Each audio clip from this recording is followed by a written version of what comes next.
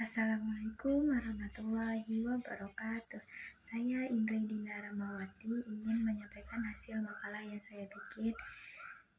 Yang pertama, jenis-jenis bahasa pemrograman dan fungsinya.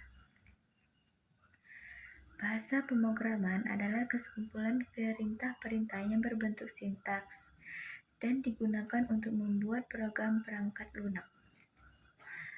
Programming memungkinkan pengembangan untuk menulis kode yang dapat dipahami dan dijalankan oleh komputer untuk melakukan tugas tertentu seperti perhitungan, manipulasi data, dan mengontrol perangkat keras. Berikut adalah jenis-jenis bahasa pemrograman yang biasanya digunakan untuk belajar pemrograman dasar. 1. Java, 2. Python, 3. JavaScript, 4. HTML, 5. PHP, 6. Go, 7. Kotlin, 8. C++, 9. C, 10. Swift. Fungsi bahasa pemrograman. Fungsi programming language yaitu dapat membuat aplikasi dan perangkat lunak. Bahasa pemrograman dapat membuat berbagai jenis aplikasi seperti aplikasi desktop, aplikasi mobile, hingga aplikasi web. Yang kedua, bahasa pemrograman C++, kelebihan dan kekurangannya. C++ adalah pemrograman yang populer dan banyak digunakan, terutama dalam pemrograman pengembangan perangkat lunak yang memerlukan perform tinggi. Kelebihan C++: 1. Perform tinggi. 2. Kontrol memori yang baik. 3. Pemrograman berorientasi objek. 4. Kompatibilitas dengan C. 5. Pustaka standar yang kuat. 6. Portabilitas.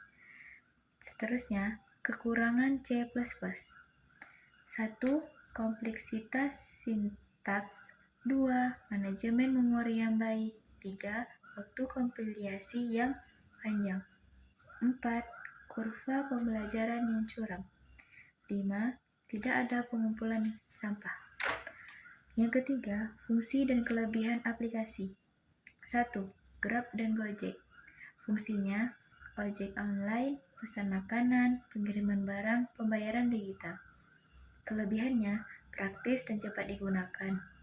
Membuka lapangan kerja baru, membantu UMKM, menjual produk, mempermudah mobilitas masyarakat. Dampak ekonomi bagi masyarakat. Dampak positifnya, banyak masyarakat memperoleh penghasilan sebagai drift, pedagang kecil dapat menjual makanan secara online, mengurangi pengangguran.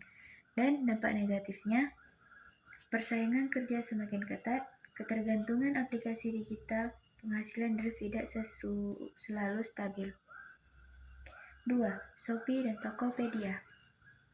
Fungsinya, jual beli online, promosi produk, pembayaran digital, pengiriman barang ke seluruh daerah. Kelebihannya, mudah digunakan, harga produk lebih kompetitif, banyak promo dan diskon, bisa digunakan kapan saja. Dampak ekonomi bagi masyarakat. Dampak positifnya, membantu UMKM berkembang, membuka peluang usaha online, meningkatkan transaksi ekonomi digital. Masyarakat lebih mudah membeli kebutuhan. Dampak negatifnya, toko tradisional bisa kehilangan pelanggan, meningkatkan perilaku konsumtif, risiko penipuan online dan barang palsu. Ketiga, ada YouTube dan TikTok. Fungsinya, hiburan, edukasi, promosi bisnis, pemanasan digital. Kelebihannya, mudah membuat dan menyebarkan konten, bisa menghasilkan uang dari konten, menjadi media promosi murah, informasi cepat tersebar. Dampak ekonomi bagi masyarakat. Dampak positifnya, muncul profesi baru seperti konten kreator. Perilaku usaha dapat memasarkan produk dengan biaya rendah, membantu masyarakat belajar keterampilan baru secara gratis, meningkatkan ekonomi digital kreatif. Dampak negatifnya, banyak konten tidak mendidik, kecanduan media sosial, persaingan konten sangat tinggi, penyebaran informasi palsu atau hoax. Persepsi deskripsi dalam informatika tentang perkembangan pemrograman. Perkembangan pemrograman dalam bidang informatika mengalami kemajuan yang sangat signifikan seiring dengan pesatnya perkembangan teknologi informasi dan komunikasi. Namun demikian, perkembangan pemrograman yang sangat cepat juga menuntut para pemrograman untuk terus meningkatkan kemampuan dan pengetahuan mereka terhadap teknologi terbaru. Asumsi umum pemrograman sistem informatika. 1. Penggunaan memiliki akses internet yang stabil. 2.